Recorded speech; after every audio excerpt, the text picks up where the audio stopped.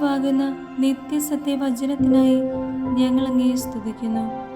യേശുവേ, അങ്ങയുടെ പരിശുദ്ധാത്മാവിനെ നൽകി അങ്ങയുടെ മാഹാത്മ്യം കാണുവാൻ ഞങ്ങളുടെ ഉൾക്കണ്ണുകളെ തുറക്കണമേ.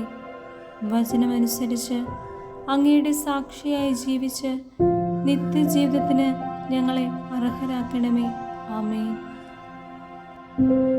വിശുദ്ധ പൗലോസ്ലീഹ കൊരിന്ത്യർക്കെഴുതിയ എഴുതിയ 1-ാം ലേഖനം 2-ാം അധ്യായം 1 മുതലുള്ള തിരുവചനങ്ങൾ. ക്രൂശിതനെ കുറിച്ചുള്ള സന്ദേശം. സഹോദരരെ, ഞാൻ നിങ്ങളുടെ അടുക്കൽ വന്നപ്പോൾ ദൈവത്തെപ്പറ്റി സാക്ഷ്യപ്പെടുത്തിയത് വാഗ്ദാനത്താലോ വിജ്ഞാനത്താലോ അല്ല.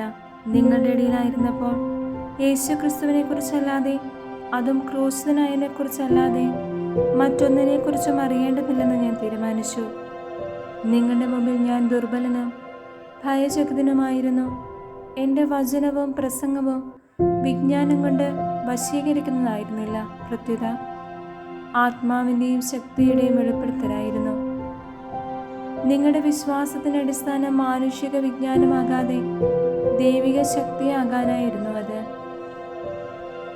ദൈവത്തിൻ്റെ ജ്ഞാനം. എന്നാൽ പക്വതമതികളോട് ഞാൻ വിജ്ഞാനം പ്രസംഗിക്കുന്നു, പക്ഷേ ലൗകിക വിജ്ഞാനമല്ല, ഈ ലോകത്തിൻ്റെ നാശോന്മുഖന്മാരായ അധികാരികളുടെ വിജ്ഞാനവുമല്ല. രഹസ്യവും നിഗൂഢവുമായ ദൈവിക ജ്ഞാനമാണ് ഞങ്ങൾ പ്രസംഗിക്കുന്നത്. അത് നമ്മുടെ മഹത്വത്തിനായി യുഗങ്ങൾക്ക് മുമ്പ് തന്നെ ദൈവം നിശ്ചയിച്ചിട്ടുള്ളതുമാണ്. ഈ ലോകത്തിൻ്റെ അധികാരികളിൽ ആർക്കും അത് ഗ്രഹിക്കാൻ സാധിച്ചില്ല.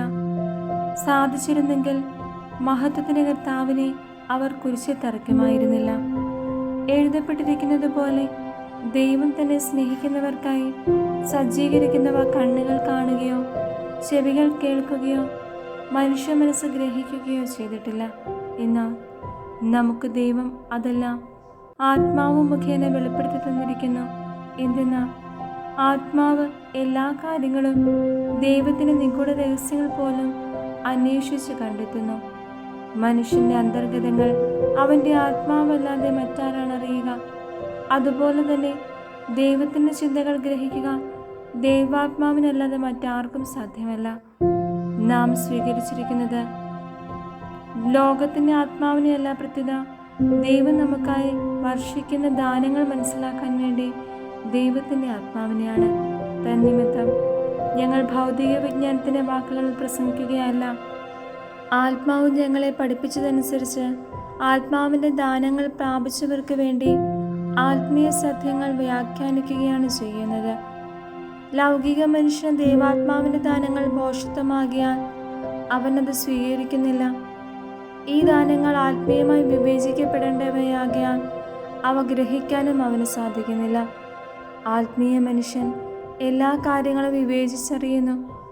അവനെ വിധിക്കാൻ ആർക്കും സാധിക്കുകയുമില്ല. കർത്താവിനെ പഠിപ്പിക്കാൻ തക്കവിധം അവിടുത്തെ മനസ്സറിഞ്ഞവനാരുണ്ട്? ഞങ്ങളാകട്ടെ ക്രിസ്തുവിൻ്റെ മനസ്സറിയുന്നു.